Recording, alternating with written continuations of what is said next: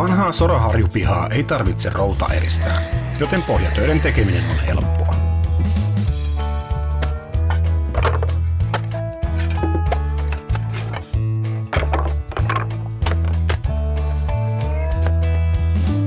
Kasvavat juuret saattavat myöhemmin vaurioittaa kiveystä, joten ne olisi hyvä poistaa.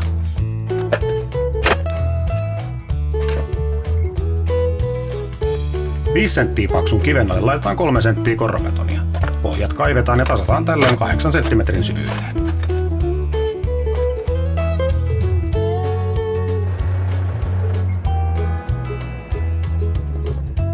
Ensin asennetaan reunakivet. Tässä kohteessa käytämme nupukiveä.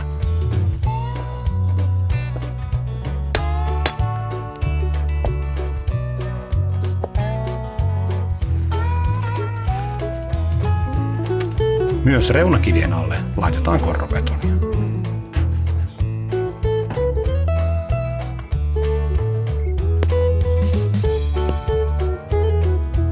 Pintavesien ohjaus on otettava huomioon kiveystä suunniteltaessa. Riittävä kallistus on noin 1–2 senttimetriä per metri.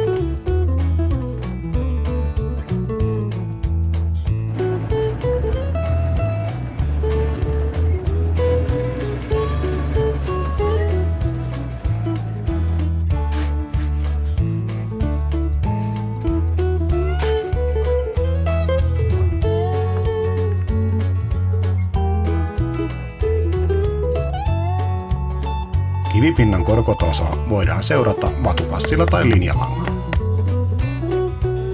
5-senttinen noppakivi sopii kävelyalustaksi. Auton alle tarvitaan vähintään 10 senttiä paksu noppakivi. Matalaa noppakiveä on myös helpompi työstää kaariladonnassa.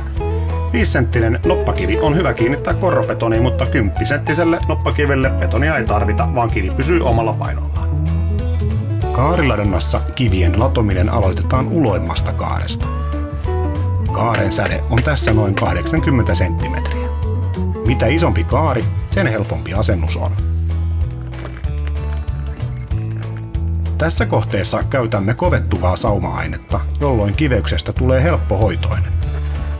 Noppakiveys voidaan saumata myös kivituhkalla, hiekalla tai mullalla.